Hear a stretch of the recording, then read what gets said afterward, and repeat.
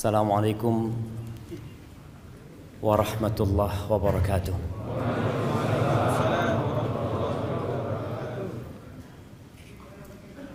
Alhamdulillah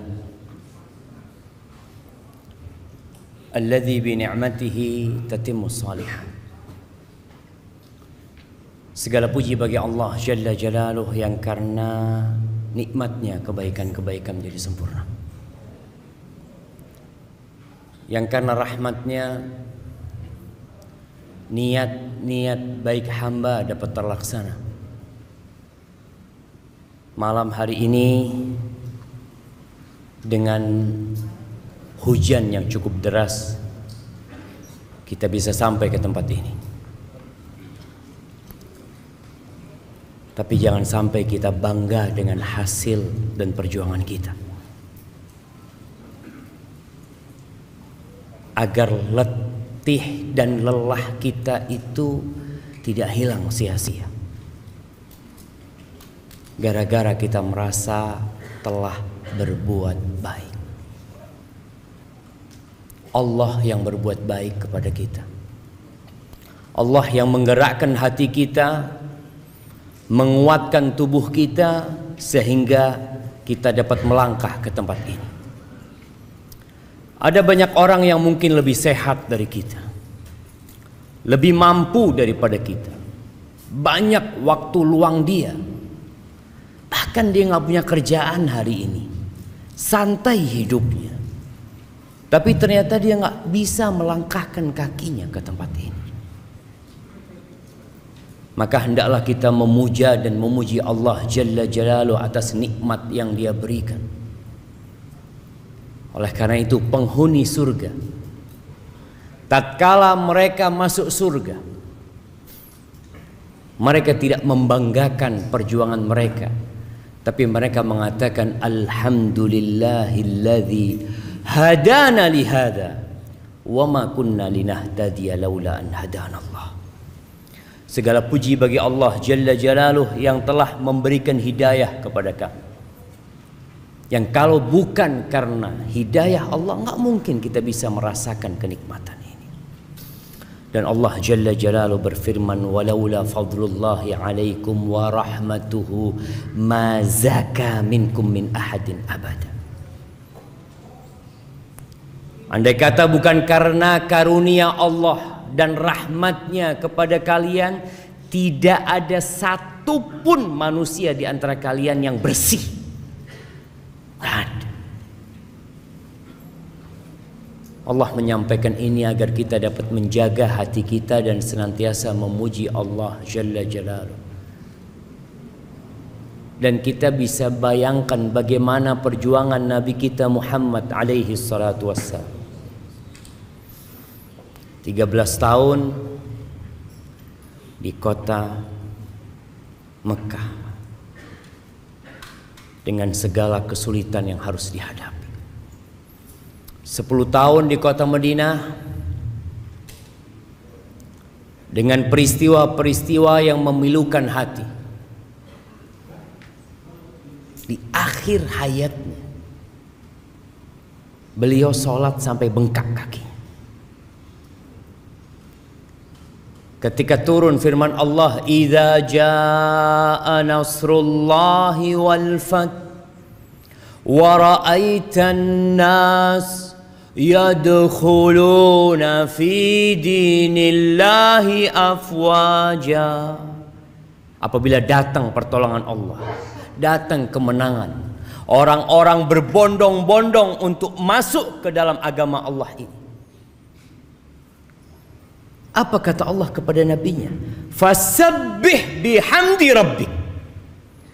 Engkau bertasbihlah memuji Tuhan. Bayangkan.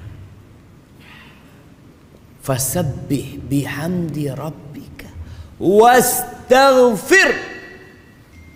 Disuruh minta ampun sama Allah jemaah. Itu nabi. Agar kita tahu bahwasanya kalau bukan karena karunia Allah, kita nggak akan bisa jadi orang yang bersih jemaah. Nabi disuruh beristighfar dan memuji Allah serta menyucikannya dari segala kekurangan. Innahu kana tawwaba. Maka semoga Allah membantu kita untuk senantiasa bersyukur kepada Allah, memuja dan memujinya. Allahumma salli wa sallim wa zid wa barik wa an'im ala abdika wa rasulika sayyidina wa maulana Muhammad wa ala alihi wa ashabihi ajma'in. Ya Allah, semoga salawat, salam, berkah dan nikmat senantiasa Engkau curahkan untuk hamba kekasih-Mu, untuk baginda Nabi kita Muhammad alaihi salatu wassalam, untuk keluarga beliau, untuk istri-istri beliau, untuk putra-putri beliau, dan untuk seluruh sahabat Nabi. Semoga Allah meridhai kita bersama mereka. Amma ba'd. Masya Allah, senang ana lihat masjid ini. Semoga Allah memberkahi masjid ini menjadi tempat sentral kegiatan dakwah. Jamaah rahimakumullah, selama pandemi ini yang sepertinya kita juga belum selesai dari pandemi. Apa buktinya pandemi belum selesai? Nah, jamaah, antum masih pakai masker hari ini. Nah, ana izin minum dulu ya.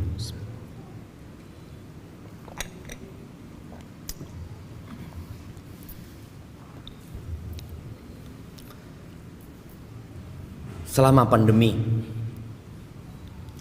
di awal-awal ana sering mengikuti jumlah yang terpapar COVID, jumlah yang sembuh, dan jumlah yang mati. Terus ana lihat, padahal sebelumnya ana nggak peduli dengan berapa orang yang mati.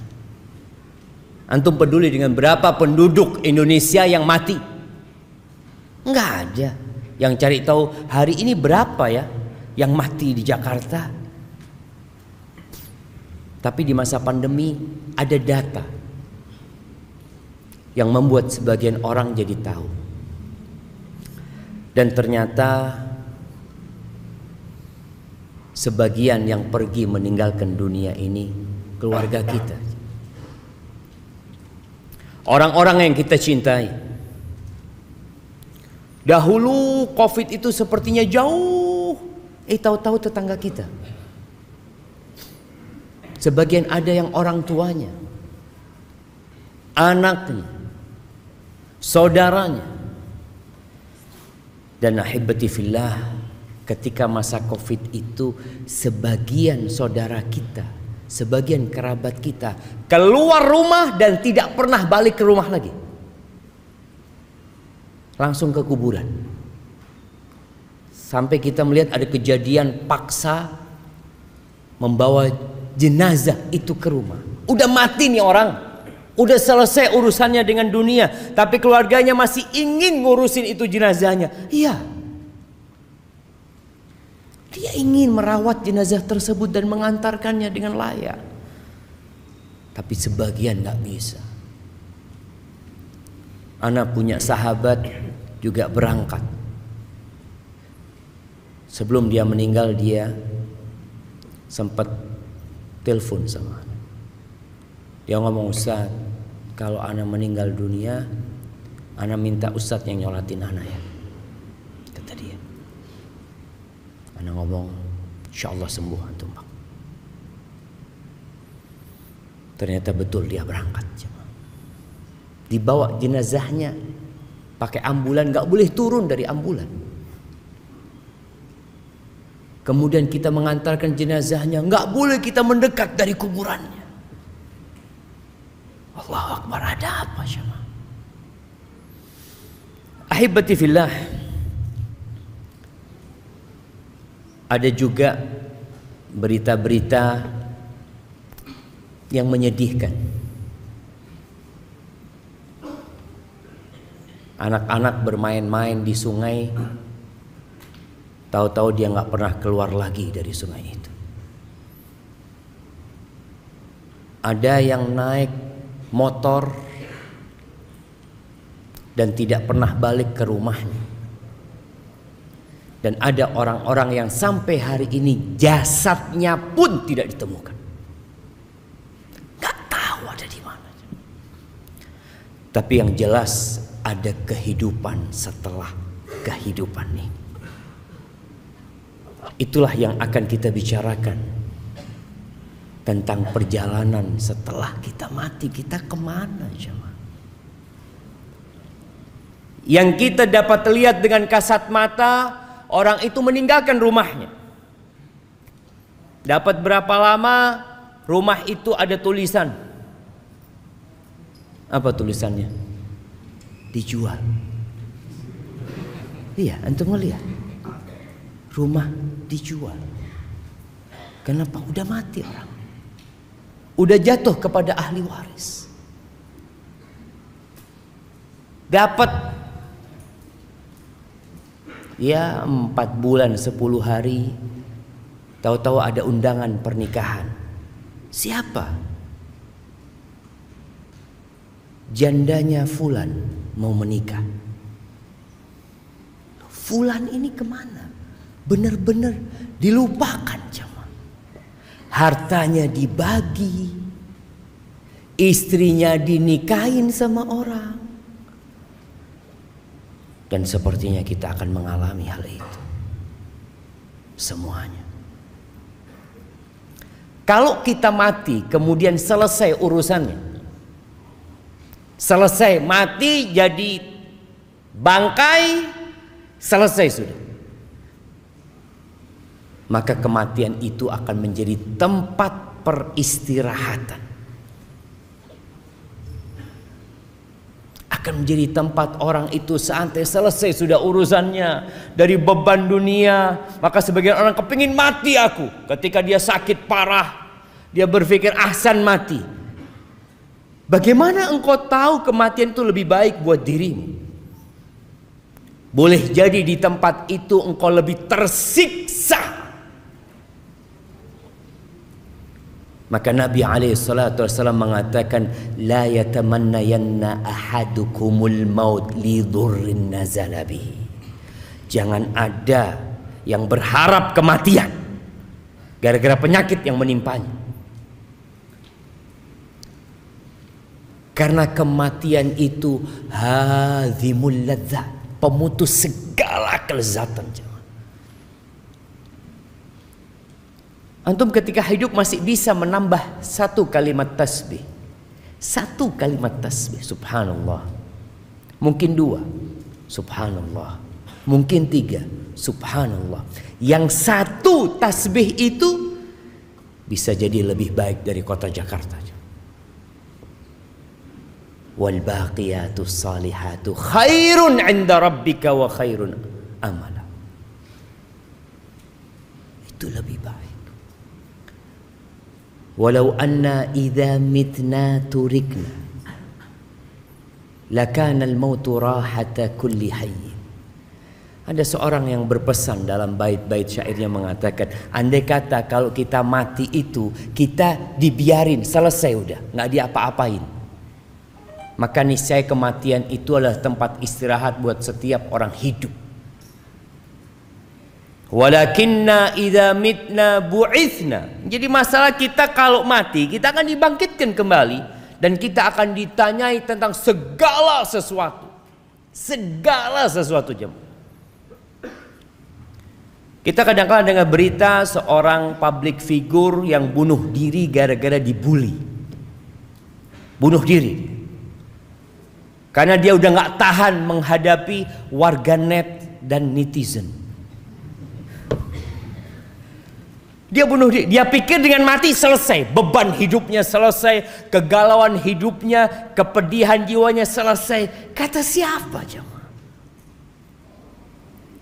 Maka nanti pada saat dibagikan rapot, orang yang mendapatkan kitab dengan tangan kirinya, dari arah kirinya, apa kata dia?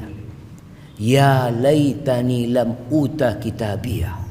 Walam adri ma hisabiyah. Ya laitaha kanatil qadiyah. Ya berpikir, andai kata aku nggak dapat kitabku, nggak tahu dengan catatanku, andai kata kematian itu menyelesaikan segalanya. Selesai, istirahat ya. Antum punya utang, datang debt collector, ambil tali, seret, selesai sudah. Orang berpikir seperti itu. Dan sampai hari ini kita masih mendapati orang-orang yang bunuh diri. Karena dia berpikir dengan bunuh diri selesai. Iya, memang selesai segala kenikmatan dia. Putus semua kelezatan dia. Putus. Tinggal bencana dan azab yang menanti dia. Ahibati fillah, kita nggak akan bisa lari dari kematian. Makanya antum nggak usah tanya kapan antum mati, tapi bagaimana tatkala kita mati nantinya. Karena itu yang menentukan perjalanan kita selanjutnya. Allah Azza wa Jalla mengatakan di surat Al-Jumu'ah ayat 8, Qul innal mauta alladhi tafirruna minhu fa innahu mulaqikum. Katakan, sesungguhnya kematian yang kalian lari darinya, pasti dia akan menjumpai kalian.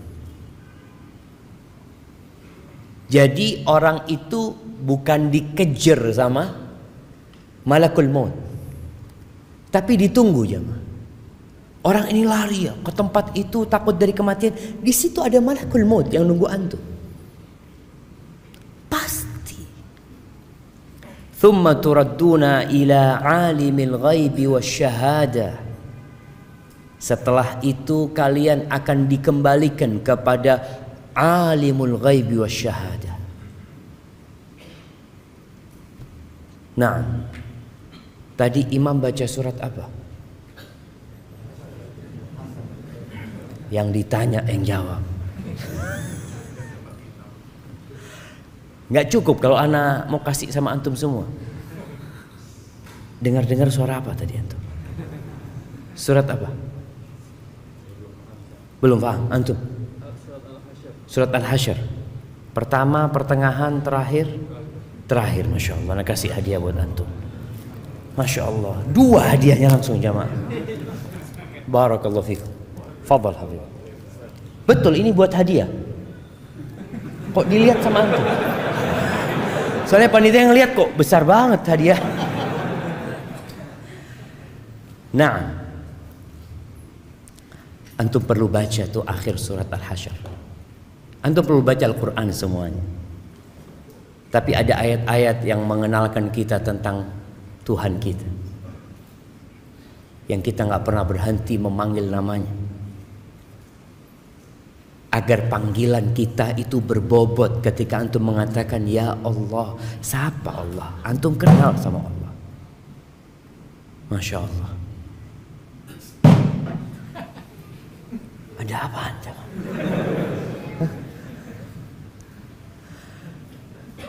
Alimul ghaib wasyahadah. Huwallahu alladzi la ilaha illahu alimul ghaib wasyahadah. Huwar rahmanur rahim.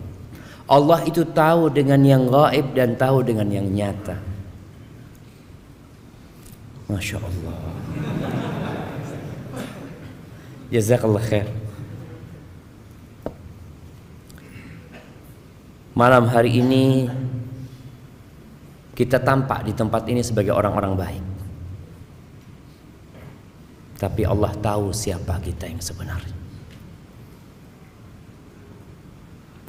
Kita bakal mendapatkan balasan dari setiap yang kita kerjakan.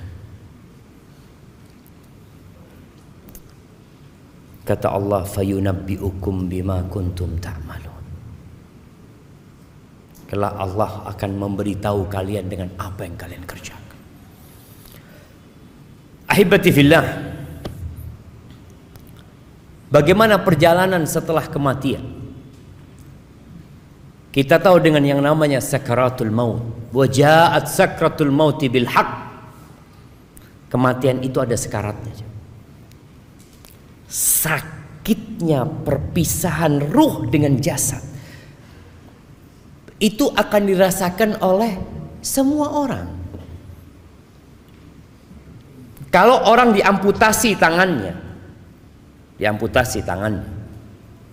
dia akan merasakan sakit, makanya dibius dia kadangkala.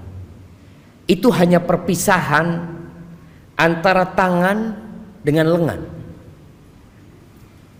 Bagaimana perpisahan antara ruh yang berada di tubuh kita, yang bertahun-tahun bersama kita, yang sudah menempel, yang gak ketahuan bagaimana nempelnya roh ini, kemudian dicabut jemaah, itu sakit sekali jemaah. Sampai Nabi SAW, beliau adalah manusia yang paling dicintai Allah, mengatakan ketika beliau sakit parah sampai pingsan, bangun lagi, pingsan lagi, beliau mengatakan, ala inna lil mauti la sakarat. Kematian itu ada sekaratnya. Karena memang berpisah ruh itu dari jasad jamaah. Kalau Nabi merasakan begitu pedihnya, karena memang Allah melipatkan pahala buat nabinya, menyediakan pahala yang begitu besar untuk nabinya, bagaimana dengan kita jamaah? Jamaah rahimakumullah, ruh akan dibawa oleh para malaikat. Orang yang beriman akan didatangi oleh malaikat-malaikat bidul wujuh, yang wajahnya putih, indah wajah mereka. Mereka duduk di tempat yang dapat dipandang oleh mayit yang mau mati ini. Orang-orang di sekitarnya nggak tahu. Mereka membawa kain kafan dari surga. Kemudian setelah itu datang malaikat pencabut nyawa, memerintahkan kepada orang ini untuk keluar. Ruh ini untuk keluar. Apabila dia orang yang beriman, maka dia akan keluar dengan mudah. Keluar dengan mudah. Nabi SAW mencontohkan seperti keluarnya air dari mulut teko. Tapi itu sakit. Nabi SAW merasakan sakit. Adapun kalau orang itu orang fajir, maka ruhnya juga akan keluar, tapi dia nggak mau keluar. Ketika diperintahkan keluar, dia berusaha untuk berpegangan dengan jasadnya supaya dia nggak keluar, karena dia disuruh keluar menuju ke azab Allah Azza wa Jalla. Maka Nabi mencontohkan seperti kawat gerigi yang berada di kulit domba yang basah. Kemudian dia ditarik sehingga urat-urat itu ikut ketarik. Maka Allah Azza wa Jalla mengatakan, walau tara, di surat Al-An'am ayat 93, walau tara idz zalimuna fi ghamaratil maut wal malaikatu basitu aydihim akhriju anfusakum al-yawm tujzauna adzabal hun bima kuntum ta'malun. Andai kata kalian melihat ketika orang-orang zalim itu dalam perjalanan kematian, dia sudah dalam perpisahan dengan kehidupan ini, dan malaikat membentangkan tangannya mengatakan, keluarkan jiwa kalian. Keluarkan jiwa kalian. Keluar kemana? Keluar menuju azab Allah. Hari ini engkau akan mendapatkan azab yang menghinakan. Mungkinkah dia mau keluar jamaah? Sulit dia akan keluar.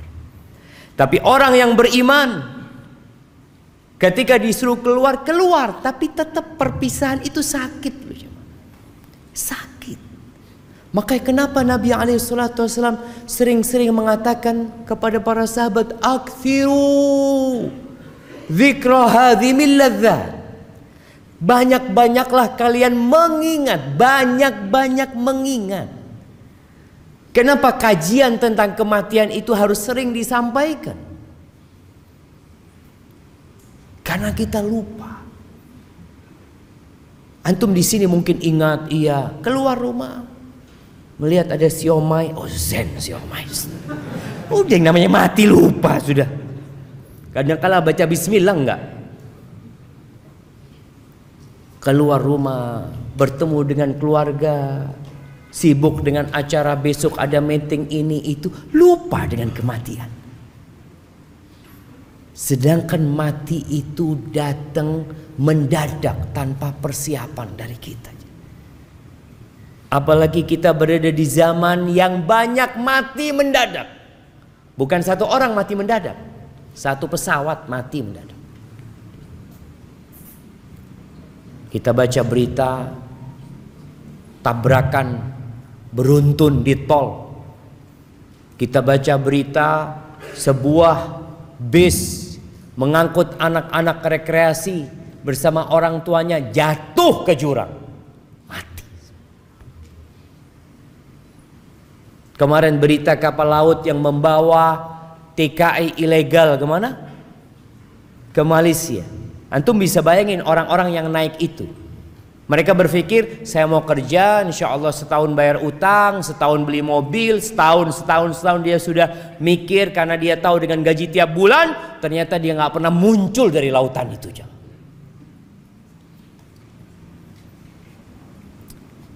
Ya, kita sering lupa. Makanya perlu diingatkan selalu. Ahibati fillah, ketika ruh ini keluar dari jasadnya, kalau dia orang yang soleh tadi, malaikat-malaikat dari langit membawa kafan dari surga yang wangi, dibungkus itu jamaah. Kemudian dibawa ke langit. Ini perjalanan ruh. Yang di rumah menangis, yang di rumah sedang sibuk memikirkan pemakaman jenazah. Ada yang berkata, gimana nih, kapan mau dimakamkan? Besok habis zuhur, apa jam 9, apa habis asar? Oh, ada anaknya yang ditunggu dari Padang, besok pagi akan terbang. Nih keluarga nggak mikirin ruhnya kemana nih. Yang dipikirkan sama keluarga apanya? Jasadnya. Jasad ini akan kembali ke tanah. Kemudian malaikat membawa ruh itu menuju ke langit. Ini buat orang yang soleh. Hatta yantahu biha ila sama'id dunya, ke langit yang terendah. Fayastaftihuna lahu, kemudian mereka minta dibukakan izin untuk masuk. Fayuftah lahu, dibukakan. Fayushayyi'uhu min kulli sama'in muqarribuha, malaikat itu mengangkat ruh itu naik ke langit yang selanjutnya. Jadi dari setiap langit itu, malaikat-malaikat yang dekat itu mengantarkannya terus sampai ke langit yang ketujuh. Mereka mengatakan, ini siapa ini gitu loh, kok wangi orangnya.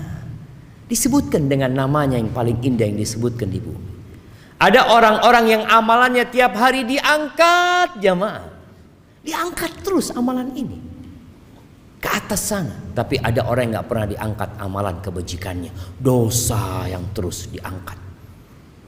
Ketika sampai ke langit ketujuh, fayaqulullah azza wa jal, Allah berfirman, uktubu kitab abdi fi illiyin, catatan hambaku ini dalam illiyin, dalam catatan yang milik orang-orang soleh di tempat yang tinggi dan indah. Wa aiduhu ilal ard, kembalikan dia ke bumi. Setelah dari atas, jalan ke atas, dibalikin ke bumi. Fa inni minha khalaqtuhum wa fiha u'iduhum wa minha ukhrijuhum taratan ukhra. Allah mengatakan, sesungguhnya aku dari tanah menciptakan mereka, dan kepada tanah aku akan kembalikan, dan akan dikeluarkan dari tanah pula kelak pada hari kiamat. Maka akhirnya ruh itu dikembalikan ke jasadnya, kalau ada jasadnya. Karena kadang-kala orang tanya, Ustaz, gimana kalau orang itu dimakan sama ikan hiu? Yang makan ikan hiunya 17. Belum lagi nanti ikan yang kecil-kecil makan. Allah ala kulli syai'in qadir. Kalau kita bicara kekuasaan kita, kemampuan kita, ya kita akan bingung jemaah. Tapi kalau kita kenal sama Allah Azza wa Jal, innama amruhu idza arada syai'an ay yaqula lahu kun fayakun. Maka tatkala itu dimasukkan kembali ke jasadnya, mulai dia akan melewati proses fitnah, ujian. Ini ujian terakhir manusia ketika dia dikuburnya. Kenapa setiap sholat kita dianjurkan berdoa di akhir tasyahud kita, Allahumma inni a'udzubika min adzabil qabr wa min adzabi jahannam wa min fitnatil mahya wal mamat. Fitnah kehidupan dan kematian. Ini fitnah kematian yang akan dirasakan oleh setiap jiwa nanti. Dia didudukkan oleh malaikat, ditanya tentang 3 pertanyaan. Adapun kalau orang kafir yang mati atau orang fajir, maka sama, ruhnya akan diangkat. Nabi SAW menyebutkan, fayas'aduna biha fala yamurruna biha ala mala'in minal malaika. Dibawa tuh ke atas, tidak pernah mereka melewatin malaikat kecuali malaikat akan mengatakan, ma hadzal ruhul khabith. Ruhnya siapa? Ruh yang busuk ini siapa? Nggak kenal tuh malaikat-malaikat. Fayaquluna fulan bin fulan. Disebutkan nama itu. Ya bukan, mudah-mudahan bukan nama kita yang disebutkan jemaah. Artinya disebutkan nama orang ini. Orang yang jahat ini. Bi aqbahi asma'ihi allati kana yusamma biha fid dunya. Dengan nama yang paling buruk yang dinamakan dia di dunia. Kita tahu kalau yang namanya penjahat itu punya banyak nama alias, apa namanya? Inisial. Alias fulan, kan banyak namanya. Padahal nama sebenarnya bagus. Umpamanya namanya dia siapa? Sirajuddin namanya. Tapi karena dia penjahat, dia nggak pakai nama itu, disebutkan alias fulan. Dia akan dipanggil dengan nama yang paling buruk yang dipanggil di dunia. Kemudian hatta yuntaha bihi ila sama'id dunya, sampai ke langit dunia minta dibukakan, fala yuftahu lahu, nggak dibukakan buat ruh ini. Thumma qara'a Rasulullah SAW, la tufattahu lahum abwabus sama, nggak akan pernah dibukakan buat mereka pintu-pintu langit. Wala yadkhulunal jannah, dan tidak akan pernah masuk surga tuh orang kafir. Masih ada orang-orang yang mengatakan mungkin di surga itu ada orang non muslim, ada orang kafir fulan. Mungkin. Iya, orang Islam ada yang mengatakan itu. Kita katakan nggak ada orang kafir di surga. Emangnya ustadz yang punya kunci surga? Emangnya antum juga punya kunci surga, bisa masukkan terserah antum? Antum bisa memasukkan semau antum. Anda mau masukkan fulan. Yang punya surga itu Allah Azza wa Jal. Dan Allah katakan, wala yadkhulunal jannah. Mereka tidak akan pernah masuk surga, nggak bakalan masuk surga sampai onta itu masuk di semil khiyat, di lubangnya jarum. Nggak bakalan. Andai kata mereka datang dengan sepenuh bumi ini emas jemaah, mereka ingin menebus diri mereka. Innal ladzina kafaru wa matu wa hum kuffar falan yuqbala min ahadihim mil'ul ardi dhahaban. Itu orang-orang kafir yang mati dalam kondisi kafir. Yang mati loh jemaah. Kalau yang masih hidup kita doakan semoga dapat hidayah, semoga dia mendapatkan petunjuk. Tapi yang mati dalam kondisi kafir, kata Allah Azza wa Jalla, tidak akan diterima dari mereka sepenuh bumi ini emas.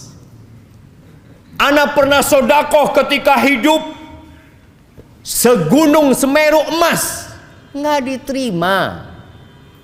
Jangan Semeru, sepenuh bumi ini emas, tapi karena engkau kafir, nggak bakal diterima sama Allah Azza wa Jalla. Nggak akan dapat menebus dirinya. Sedangkan orang-orang beriman, apa kata Nabi SAW? Ittaqun nar walau bisyiqqi tamrah. Selamatkan diri kalian dari api neraka walaupun dengan setengah butir kurma. Jangan bicara sepenuh bumi ini emas, setengah butir kurma itu dapat menyelamatkan kita dari api neraka, asalkan beriman. Emangnya permintaan Allah berat ya ma? Allah hanya minta qul la ilaha illallah. Allah minta itu. Nabi SAW ketika berdakwah keliling ke pasar-pasar di kota Mekah, ke tempat-tempat perkumpulan orang-orang Quraisy, ke tenda-tenda orang-orang yang sedang haji dari berbagai penjuru Jaziratul Arab. Apa yang Nabi pinta dari mereka? Kemudian beliau membaca firman Allah, "Wa man yusyrik billah faka'annama kharra minas sama fatakhtafuhu at-tayr."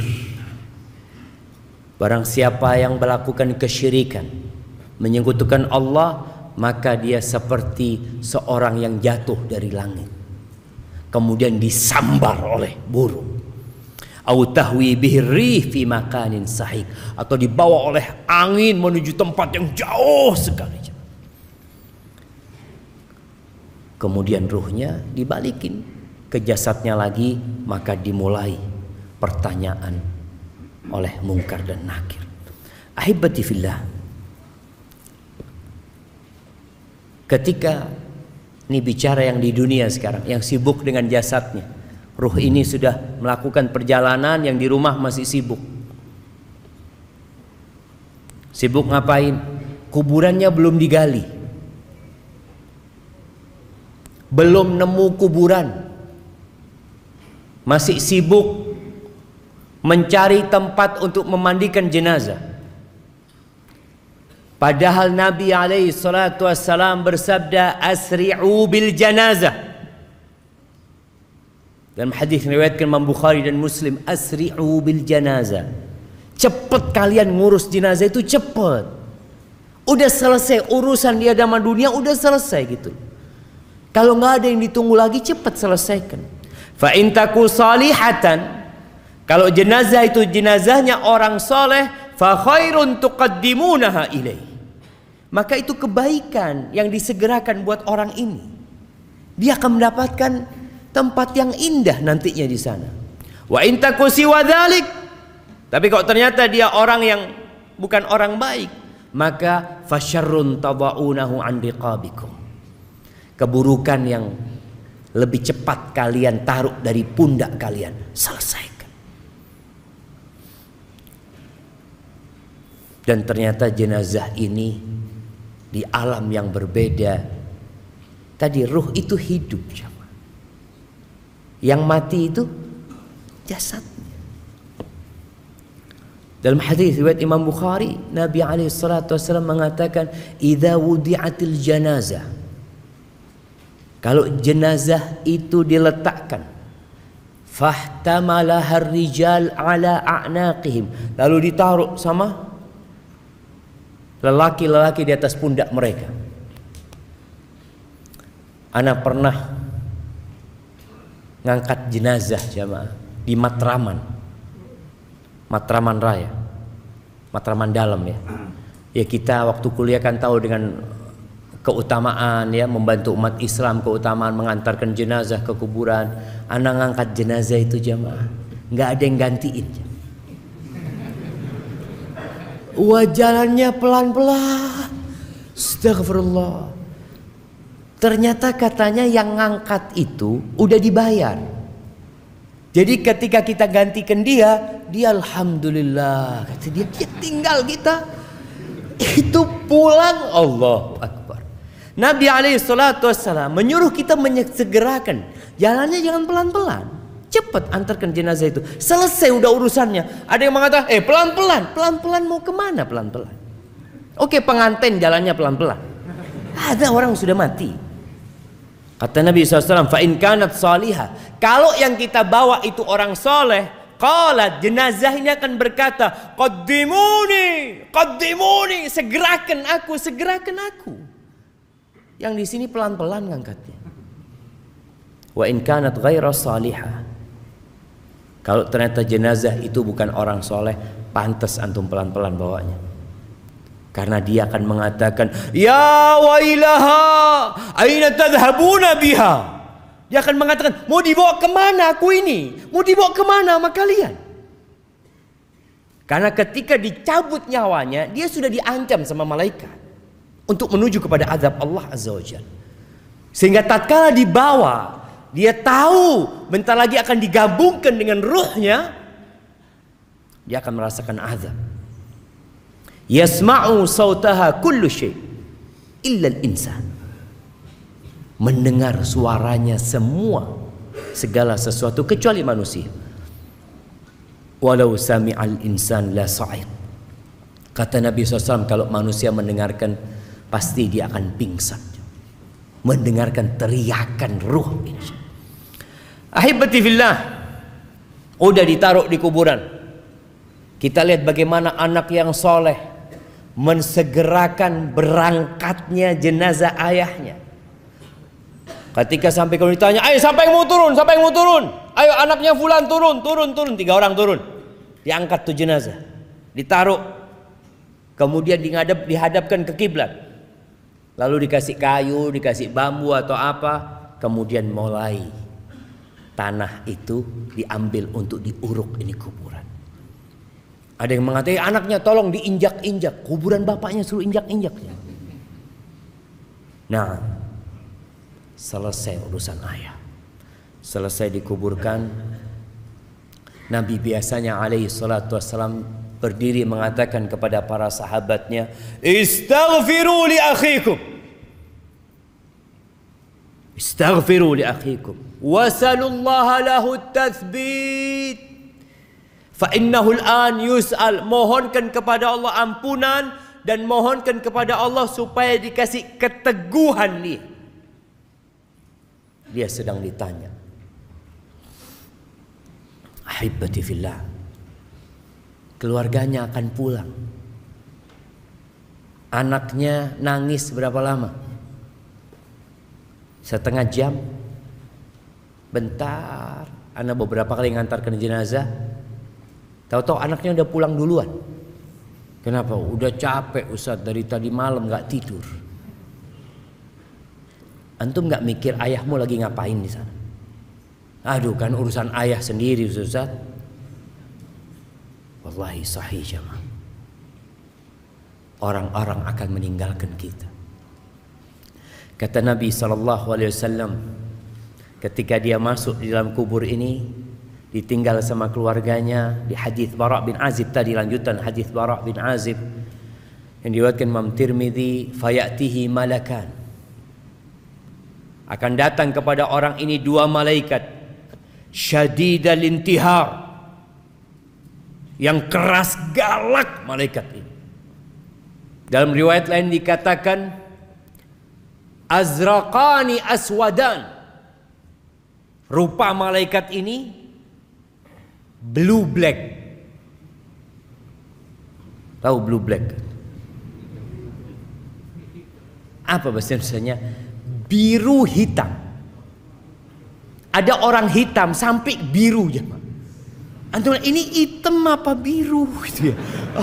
Ini malaikat Nabi nyebutkan. Memang digambarkan malaikat itu makhluk yang menakutkan ketika itu untuk menyidang orang ini. Maka dikatakan fitnah jamaah. Fitnah. Kenapa kita terus berdoa memohon kepada Allah, ya muqallibal qulub tsabbit qalbi ala dinik. Kenapa Nabi di atas kuburan tadi menyebutkan wasallallahu lahu tatsbit, mohonkan kepada Allah keteguhan. Karena berat sekali fitnah di sana. Wa yujlisani, disuruh duduk orang ini. Gimana antum didudukkan sama makhluk yang menakutkan gitu ya? Fayaqulani lahu man rabbuk, ma dinuk, man nabiyuk. Maka akan ditanya 3 pertanyaan. Oh, pertanyaan itu gampang, Ustaz. Ahibati fillah, antum pernah melihat orang yang dibawa sama polisi dari rumahnya, kemudian ditutupi kepalanya, kemudian dinaikkan ke mobil, ditaruh di tempat yang gelap kulita, kemudian mulai diinterogasi orang ini. Siapa namamu? Apa? Nama. Tanya nama saya. Dia akan kebingungan. Ditanya sama polisi ini, dari mana engkau? Ini itu. Dia bingung, ada apa ini? Dia mau jawab, kadang-kadang lupa dengan jawaban-jawaban yang sebenarnya dia tahu jemaah. Masya Allah. Kita azan dulu. Nah, kita lanjut. Nah jemaah, kita lanjutkan dulu. Karena kalau kita mau sholat sekarang, kayaknya ada banyak yang harus terusir dari dalam sini. Nanti waktu sholat yang sebagian mungkin harus keluar ya. Yang tadi sholat di dalam tetap di dalam.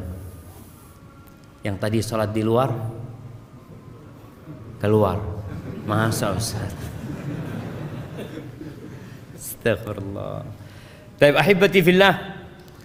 3 pertanyaan tadi tidak dijawab dengan hafalan. Kalau bicara hafalan, senok hogron hafal Quran. Ada orang-orang munafikun hafal Quran, tapi menjawab pertanyaan itu dengan keyakinan. Makanya kalau orang itu adalah orang yang beriman, bukan orang yang pura-pura beriman, bukan yang imannya karena ikut-ikutan, tapi imannya khalisan lillah, maka dia akan menjawab mengatakan Rabbi Allah wa dinil Islam wa Nabi Muhammad sallallahu alaihi wasallam. Kemudian akan ada yang menyeru dari langit mengatakan an sadaqa abdi, benar, benar.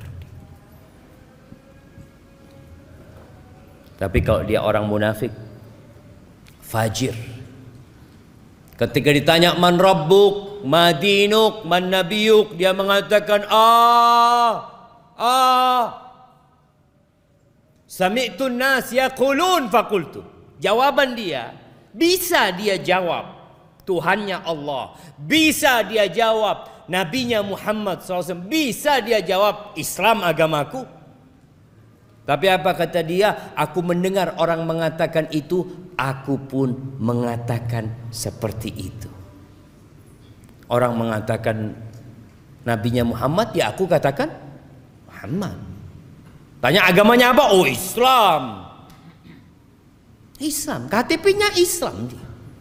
Tapi ternyata dia bukan orang yang benar-benar beriman, hanya pura-pura beriman. Maka akan ada yang menyeru dalil mengatakan an kadzaba abdi, bohong dia selama ini. Ahibati fillah, Ibnu Hibban dan Imam Tabrani meriwayatkan dari Abu Hurairah radhiyallahu anhu, dari Nabi alaihi salatu wassalam, beliau mengatakan walladzi nafsi biyadi, walladzi nafsi biyadih, demi yang jiwaku berada di tangannya, yakni demi Allah Azza wa Jalla, yang jiwa kita semua ada di tangan Allah. Innal mayyita la yasma'u khafqa ni'alikum hina tuwalluna anhu mudbirin. Sesungguhnya mayit itu mendengarkan suara sandal kalian ketika kalian pergi meninggalkannya. Kita lihat yang rame, tahu-tahu sepi, senyap. Fa in kana mu'minan, kalau dia orang yang beriman, kanatis shalah 'inda ra'sihi, maka salat akan berjaga di kepalanya. Dalam riwayat lain dikatakan bacaan Quran, karena orang salat biasanya baca Quran, akan ada di arah kepalanya. Jagain orang ini. Waz zakatu an yaminihi was shaum an yasarihi. Zakat di kanannya, puasa di kirinya. Salatnya benar orang ini, puasanya benar, zakatnya benar. Wa kullu fi'lil khairat minas sadaqah wassila wal ma'ruf wassila wal ma'ruf wal ihsan ila nas 'inda rijlih. Semua amal kebajikan lainnya yang seperti sedekah sunnah, silaturahim, berbuat amar ma'ruf nahi mungkar, berbuat baik kepada orang, itu akan berjaga-jaga di kakinya. Hari itu semua yang kita kerjakan jamaah akan kita rasakan. Hari ini enggak. Antum datang ke tempat ini capek, lelah, nggak dapat apa-apa. Pulang dapat apa antum? Ada pembagian fulus di luar sana? Nggak ada. Yang ada sandal hilang, Ustaz. Terjadi tuh kadang-kala sesuatu, aduh, anak udah niat kajian ikhlas lillahi ta'ala, itu kita datang melaksanakan ibadah. Antum sholat malam 1 jam, antum sholat pagi hari, apa gaji antum bertambah? Enggak. Yang ada ngantuk kadang-kala kita. Ini gara-gara sholat malam ini. Sholat malam disalahkan. Kita ibadah bener jemaah. Makanya orang kadang-kala heran lihat orang Islam berpuasa. Sampai ada cerita kawan di Jepang, dia nggak boleh puasa sama perusahaan tempat dia kerja. Jangan, kata dia, kok nanti sakit. Kata dia, enggak, ini perintah Tuhanku. Apa kata bosnya? Ini aku kasih makanan, Tuhanmu nggak tahu lah, kau makan. Ini orang memang nggak beriman. Kita puasa di dalam kamar, tidak ada satupun yang melihat kita. Kita nggak makan, kita nggak minum, karena kita beriman gitu loh. Maka disinilah bagaimana zakat di kanan, puasa di kiri, jagain orang ini.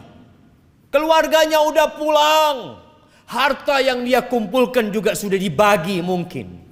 Tapi hanya amalan yang kata Nabi SAW akan menemani di kuburan. Dan Nabi sebutkan secara spesifik amalan ini ada di mana.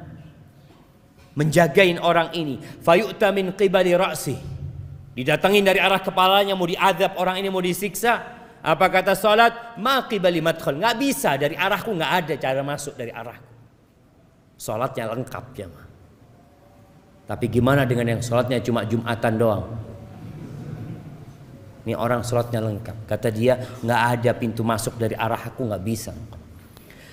Wa yu'ta an yamini, dari kanan datang. Maka zakat mengatakan nggak ada. Orang ini selalu membayar zakat, gitu deh. Nggak ada. Masuk dari tempatku nggak bisa. Dari yang lain mungkin bisa, tapi dari sini nggak bisa. Dia memang jaga di sana. Datang ke kanan, masya Allah. Puasanya belain orang ini. Ada sebagian orang yang rajin zakat, tapi nggak puasa. Kita juga melihat ada orang yang puasa Ramadan tapi nggak sholat. Kalau waktu berbuka, masya Allah, buka bersama kita, insya Allah. Waktu sholat maghrib, aduh, anak pulang duluan. Ada orang nggak sholat ya mah. Maka engkau akan lihat dari mana engkau akan disiksa. Kemudian datang dari arah kirinya, arah kakinya, semua amal soleh. perbuatan baik kepada manusia akan mengatakan ma qibali madkhal, nggak ada tempat masuk dari tempatku. Fayuqalahu ijlis, dia katakan duduk engkau sekarang. Udah, malaikat ini nggak bisa nyiksa orang ini. Lalu diperintahkan untuk duduk. Fayajlis, duduk. Ini di alam barzakh. Yang tadi kita bicarakan keluarganya ini mungkin anaknya sudah tidur, istrinya udah capek semua. Nih orang belum selesai urusan. Kemudian orang ini duduk. Qad muthilat lahu syamsu qabl danat lil ghurub. Digambarkan kepada orang ini di alam sana ada matahari yang sedang mau tenggelam. Apa kata Nabi SAW? Orang ini tanya lagi, akhbirna amma nas'aluk. Kita mau tanya sama engkau jawab pertanyaan kami. Apa kata orang ini? Da'ni hatta usalli. Tunggu dulu, aku mau sholat dulu, kata dia. Karena dia orang yang rajin sholat. Ketika lihat matahari mau tenggelam, dia tahu belum sholat, dia kata dia. Biarkan aku mau sholat dulu, mau sholat asar mungkin dia. Pikiran dia, ini orang kalau sudah cinta dengan sholat, dia tidak akan pernah berpikir meninggalkan sholat. Fayuqal innaka sataf'al, engkau akan sholat bentar lagi kata malaikat ini, tapi jawab dulu pertanyaan kami. Lalu orang ini mengatakan, wa amma tas'alunani, apa yang kalian hendak tanyakan? Pertanyaan yang pertama disebutkan dalam hadis ini, ara'aita hadzal rajul alladzi kana fikum, apa pendapatmu tentang orang ini? Apa kesaksianmu atas dia? Lalu orang itu tanya, siapa? Muhammad. Muhammad maksud. Dia langsung tahu siapa yang dimaksud sallallahu alaihi wasallam. Fayaqalu na'am, iya betul tentang Muhammad. Asyhadu annahu Rasulullah sallallahu alaihi wasallam. Tadi kita dengar azan. Kenapa kita dianjurkan untuk menjawab azan itu? Supaya yang bersaksi bukan hanya muadzinnya, antum juga bersaksi. Maka Nabi SAW mengajarkan agar kita tatkala mendengar muadzin mengatakan asyhadu anna Muhammad Rasulullah wa ana asyhad, wa ana asyhad, dan aku juga bersaksi bahwa Muhammad adalah Rasulullah. Jangan dibiarkan lewat itu kesaksian jemaah. Wa annahu ja'ana bil bayyinat min indillah, dia datang membawa kebenaran dari sisi Allah. Fasaddaqna, maka kami percaya dengan dia, yakin sama dia. Fayuqalu lahu ala dzalika hayyid, di atas itu engkau hidup dan di atas itu engkau mati. Wa alaihi tub'atsu insyaallah, dan engkau akan dibangkitkan di atas kalimat itu juga, kesaksian itu. Adapun kalau orang-orang munafik tadi kita sudah sebutkan bagaimana dia menjawab. Malaikat akan mengatakan kepada la darait wala talaut, engkau enggak tahu, engkau enggak belajar, engkau enggak baca, hidup hanya ikut-ikutan saja. Maka akan ada yang menyeru dari langit mengatakan hambaku ini telah berdusta. Ahibati fillah, selesai pertanyaan, Allah Azza wa Jalla memberikan sebuah karunia kepada orang yang soleh ini. Apa? Ada yang menyeru dari langit mengatakan hambaku telah jujur benar, fa'afrishuhu minal jannah, kasih dia permadani dari surga. Kadangkala ada kuburan yang kita lihat becek. Musim hujan ini sampai pakai pompa air ngeluarkan air.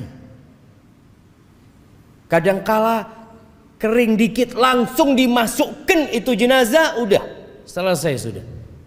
Tapi kalau dia orang soleh, setelah pertanyaan selesai, hamparkan bagi dia permadani dari surga. Wa albisuhu minal jannah, berikan pakaian dari surga. Waftahu lahu baban ilal jannah, bukakan bagi dia pintu ke surga. Maka dibukakan di kuburnya itu, dibukakan pintu sehingga datang aroma surga, wanginya surga, dan kuburnya kata Nabi SAW, wa yufsahu lahu fi qabrihi madda basarih, Kuburnya diluaskan sepanjang dia memandang. Karena apa? Karena kuburannya ada di kuburan yang mahal di Jakarta? Sandiaga.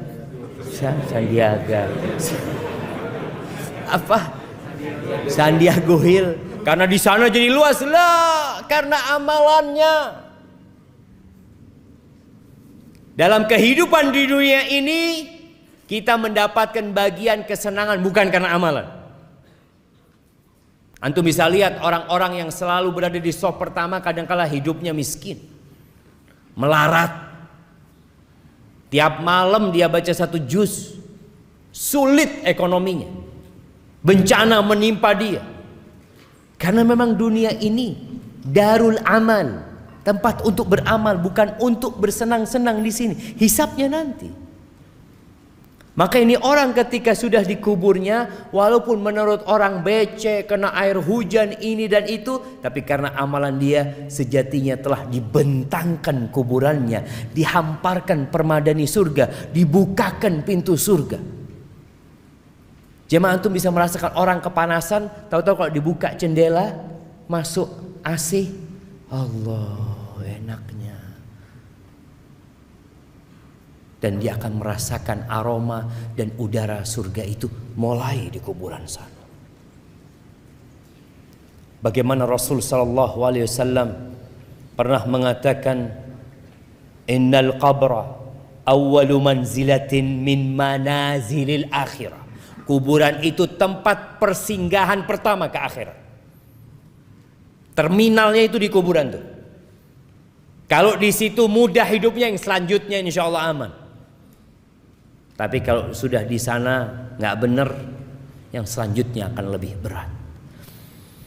Kemudian ya namanya orang kalau sendirian, walaupun tempatnya luas nyaman, tetap kesepian. Antum bisa rasakan. Antum dikasih rumah luasnya 500 meter persegi. Kamarnya ada 17. Antum sendirian jemaah. Kira-kira gimana perasaan antum di sana? Kayaknya ahsan ana di gubuk reot tapi sama sohib-sohib. Ada kawannya. Maka Allah memberikan kawan kepada orang ini. Wa yatihi rajulun hasanul wajhi. Datang kepadanya seorang dengan wajah yang indah.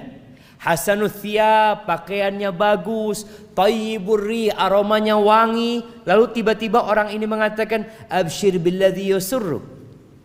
Bergembiralah engkau dengan yang menyenangkan hatimu. Hadza yaumuka alladzi kunta tu'adu. Ini hari yang engkau dikasih janji. Kita semua dikasih janji sama Allah, Allah akan kasih balasan sama kita. Allah tidak pernah ingkar janji. Dan itu hari pertama Allah menepati janjinya, akan adanya pahala yang sudah Allah jelaskan. Allah menepati janji di dunia dan menepati janji di akhirat. Tapi ini dalam kehidupan akhirat. Ini hari yang engkau telah dijanjikan. Akan adanya hari kebangkitan nantinya, dimulai dari sini.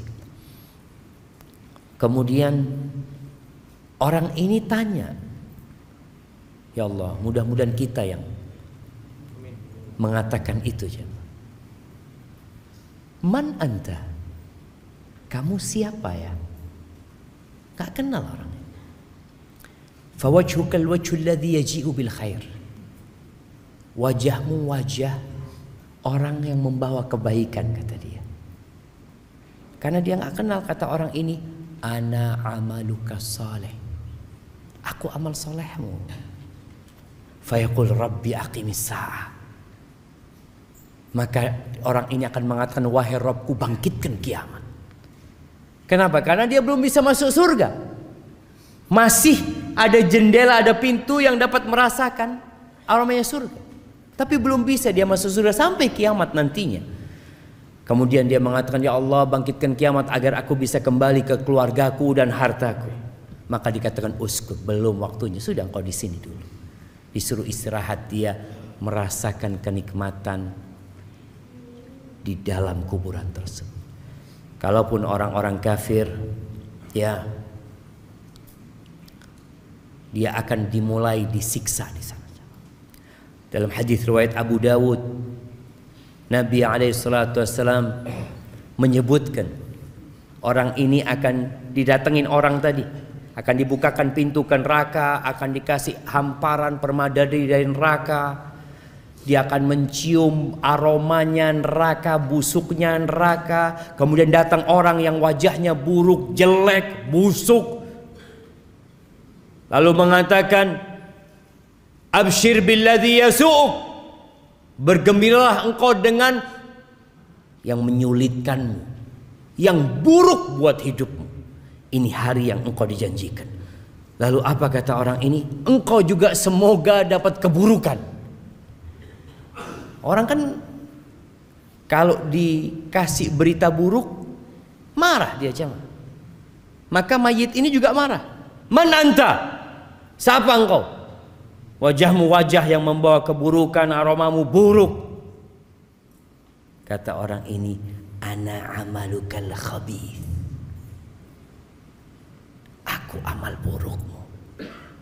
Kau nggak kenal sama aku? Aku amal burukmu.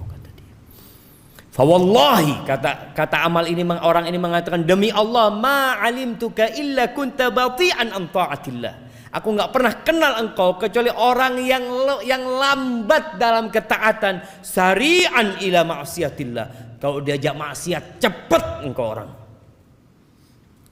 Fajazakallahu syarran. Semoga Allah memberikan balasan yang buruk buat engkau. Kemudian Allah kirim orang a'ma, asam, abkam. Orang yang kata Nabi SAW buta, tuli, bisu. Pegang mizrabah. Dia pegang semacam palu yang besar, yang kalau palu ini digunakan untuk menghantam gunung Semeru itu jamaah, kana turaban. Gunung itu akan jadi rata sama tanah, jadi debu. Lau duriba biha jabalun kana turaban. Fayadribuhu, maka orang ini dipukul dengan palu itu sampai menjadi debu. Kemudian dikembalikan, kemudian dipukul, dia berteriak-teriak, dia menjerit, tapi nggak ada gunanya, nggak ada penyesalan yang bermanfaat pada waktu itu. Selesai sudah. Karpetnya dari neraka, aroma neraka datang, maka dia hidup dalam ketakutan sampai kiamat. Berapa tahun kita hidup di dunia? 70 tahun mungkin, kalau sampai. Maka ahibati fillah, jangan sibuk dengan perjalanan hidup di dunia, lupa dengan perjalanan hidup setelah kematian yang akan lebih lama dan lebih panjang hidup kita di sana. Nabi kita Muhammad alaihi salatu wassalam, berapa lama hidup di rumah yang hanya 5 kali 5? Berapa lama beliau hidup di rumah itu? Di kota Madinah beliau hidup 10 tahun di tempat itu. Di Mekah penuh dengan gangguan, hidup selama 53 tahun Nabi SAW. Hanya 63 tahun di muka bumi ini. Dan Nabi di kuburannya sudah berapa tahun? Antum? Berapa tahun Nabi di kuburan?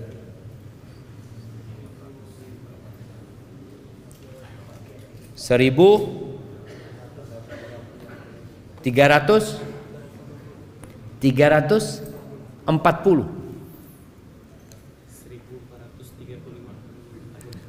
1435.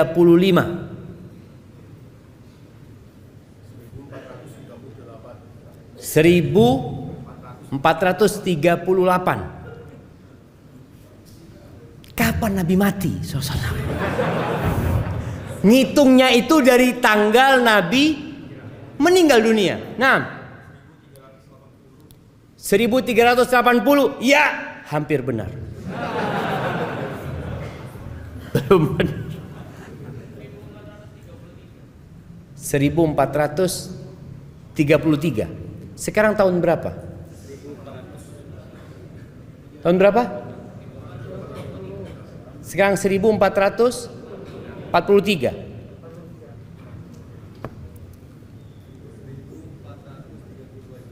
1432 jemaah. Nabi meninggal tahun 11 Hijriah. 1443 dikurangin 11 berapa? 32. Bener, nggak nyontek kan tuh? Kasihkan ke belakang. Masya Allah. Barakallahu fikum. Beliau sudah hidup di kuburannya 1432 tahun. Mana yang seharusnya kita pikirkan? Perjalanan yang mana? Ketika antum tahu mau melakukan perjalanan 2 hari, antum akan bawa bekal buat 2 hari itu. Kemudian dikatakan insya Allah 2 hari di sini, 2 tahun di sana. Mana yang antum akan pikirkan? Yang 2 hari ya secukupnya lah. Ana harus simpen untuk yang 2 tahun di sana. Barakallahu fikum. Udah selesai. Baik, ahibati fillah, itu yang dapat ana sampaikan. Mungkin masih panjang perjalanan setelah kematian itu. Mudah-mudahan suatu saat kita bisa lanjutkan. Di tempat ini ana akan bacakan beberapa pertanyaan.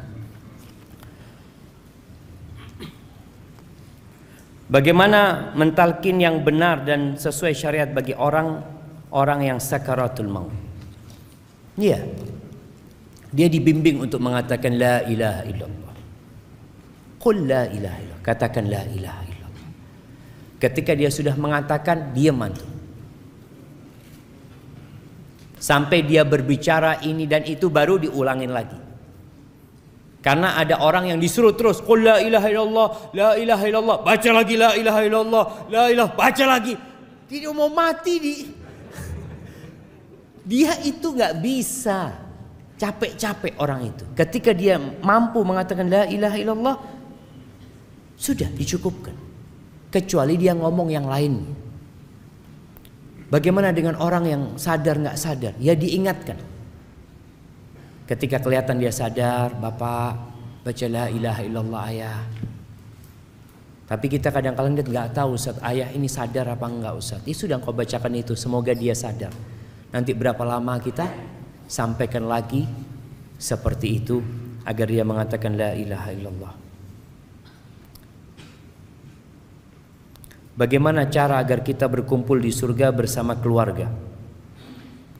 Allah Azza wa Jalla mengatakan walladzina amanu wattaba'athum dzurriyyatuhum biimanin alhaqna bihim dzurriyyatahum wama alatnahum min amalihim min syai'. Orang-orang yang beriman diikuti dengan anak keturunan yang beriman, maka kita akan kumpulkan mereka nanti jamaah tanpa mengurangi amalan mereka.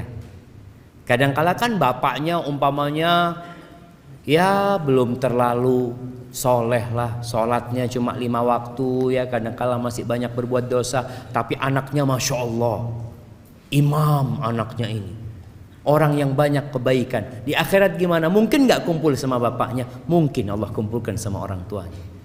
Boleh jadi diangkat derajat orang tuanya bersama anaknya, diangkat yang lebih tinggi, atau mereka saling berkunjung di antara mereka. Maka berusaha untuk menanamkan keimanan di diri keluarga kita. Dan kalau dikatakan apakah di akhirat keluarga saling mengenal? Iya, kecuali di 3 tempat. Aisyah pernah bertanya kepada Nabi SAW, apakah kita akan saling mengenal ya Rasulullah? Amma fi thalathati mawatin fala. Di 3 tempat kita tidak akan saling mengenal. Siapa yang tahu? 3 tempat yang kita tidak akan saling mengenal. Iya, di padang mahsyar itu ada 3 lokasi yang kita tidak saling mengenal.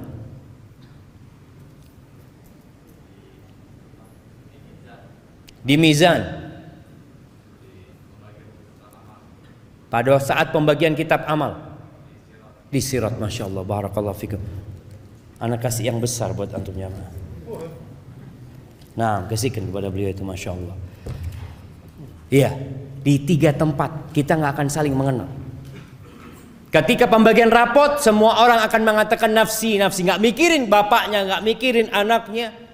Bahkan Allah katakan yauma yafirrul mar'u min akhi wa ummihi wa abihi wa sahibatihi wa bani. Orang itu kan lari dari orang tuanya, lari dari anaknya, istrinya, keluarga, lari dia, nggak mau kenal sama mereka karena takut dimintain amalan, dimintain pahala sama mereka. Maka Nabi SAW mengatakan amma fi thalathati mawatin fala, nggak akan saling mengenal. Ketika pembagian rapot, sampai tahu di tangan mana dia mendapatkan rapot itu. Ketika dia dapat dengan tangan kanannya, dia akan ingat sama keluarganya. Baca nih kitabku, baca. Dia gembira. Yang kedua, ketika timbangan. Ditimbang, dia hanya berpikir apakah timbangan dia berat kebaikannya atau keburukannya. Dan yang ketiga sirat. Ketika melewatin sirat, doa para nabi pada waktu itu hanya salim salim. Seperti itu. Barakallahu fikum.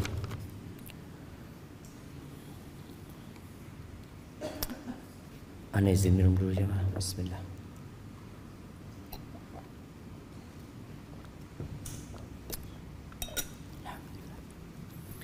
Saya seorang perempuan. Saya sedang belajar untuk mengenal Allah dengan lebih baik lagi.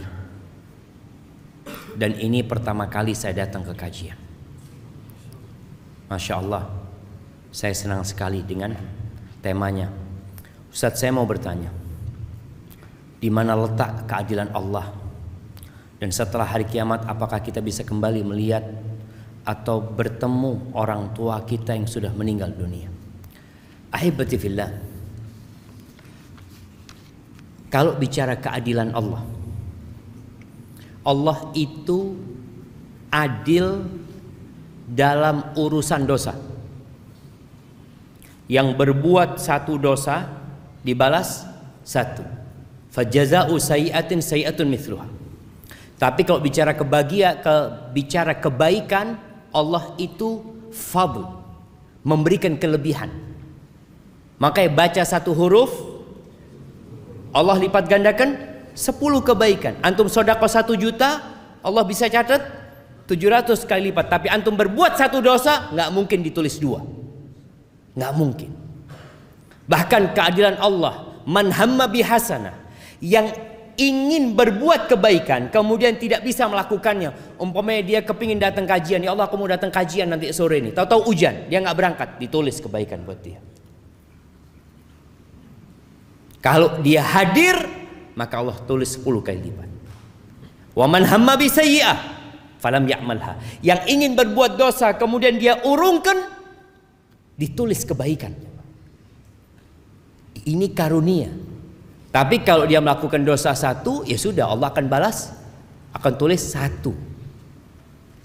Inilah keadilan Allah Jalla Jalaluhu. Allah mengatakan, wa nada'ul mawazinal qista liyaumil qiyamati fala tudlamu nafsun syai'a. Kami akan meletakkan timbangan yang tepat. Nggak ada kecurangan di sana. Nggak ada satupun yang akan dirugikan. Nggak ada. Wa in kana mithqala habbatin min khardalin ataina biha wa kafa bina hasibin. Walaupun yang dia amalkan itu seberat biji sawi.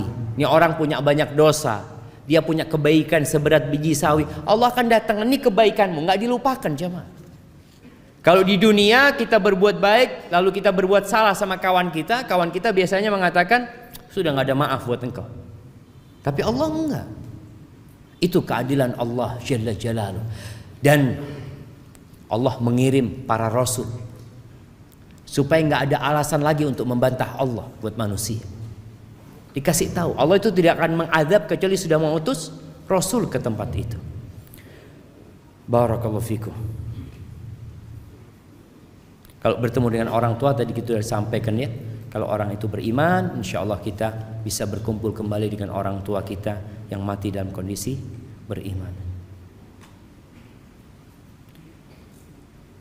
Bagaimana cara mengatasi kecemasan yang berlebihan karena memikirkan kematian seperti kehidupan setelah mati, takut amal yang tak cukup? Jazakumullah khair. Ahibati fillah, ada kondisi khawatir dengan kematian yang terpuji. Ingat mati semakin taat sama Allah, semakin banyak istighfarnya, meninggalkan kemaksiatan. Tapi ada orang yang ingat mati lalu nggak beramal. Dia cuma duduk doang. Ini berarti bisikan iblis. Ya apa maksudnya kalau saya mati ya? Ya kalau mati semua orang mati. Tapi bagaimana engkau ketika mati, itu yang harus dipikirkan. Maka kita harus memperbanyak amal soleh. Kematian itu pasti datang, bukan hanya antum yang mati. Ada orang yang takut mati sehingga nggak mau keluar rumah. Takut Ustaz nanti nyebrang ketabrak. Emangnya antum kalau di rumah nggak mati? Apa antum nggak takut kalau di rumah tahu-tahu ambruk rumahnya? Semua akan mati. Maka kita disuruh mempersiapkan diri. Limithli hadza fa'iddu. Nabi pernah berdiri di atas kuburan, orang lagi gali kuburan. Nabi mengatakan kepada para sahabatnya sallallahu alaihi wasallam, limithli hadza fa'iddu, untuk yang seperti ini hendaklah kalian persiapkan. Afwan, saya ingin bertanya, bagaimana jika kita mati sebelum bertaubat? Dan bagaimana jika kalau sudah bertaubat sedangkan kita pernah melakukan dosa yang besar? Ahibati fillah, man taba taballahu alaihi. Barang siapa yang bertobat, Allah akan menerima taubatnya. Tapi orang yang mati dalam kondisi belum bertobat, selama dia tidak melakukan kesyirikan, fa amruhu ilallah, tergantung kehendak Allah. Kalau Allah ampuni orang itu.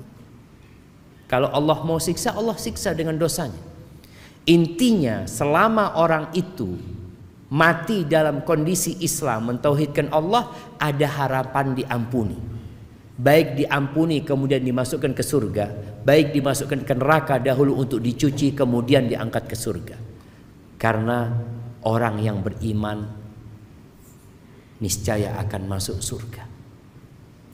Tapi tadi kondisinya tergantung amalan dia nantinya. Dan orang masuk surga itu karena rahmat Allah Azza wa Jalla. Ahibati fillah,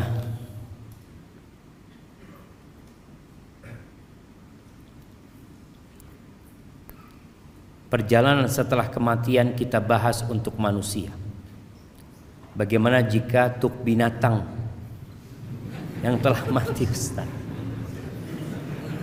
Kenapa antum bingung sama binatang antum? Misalnya ana penyayang hewan kucing. Apa sama jika kucing atau hewan lainnya mati, kemana selanjutnya? Ahibati fillah, untuk binatang ya udah jadi tanah, dia jadi tanah.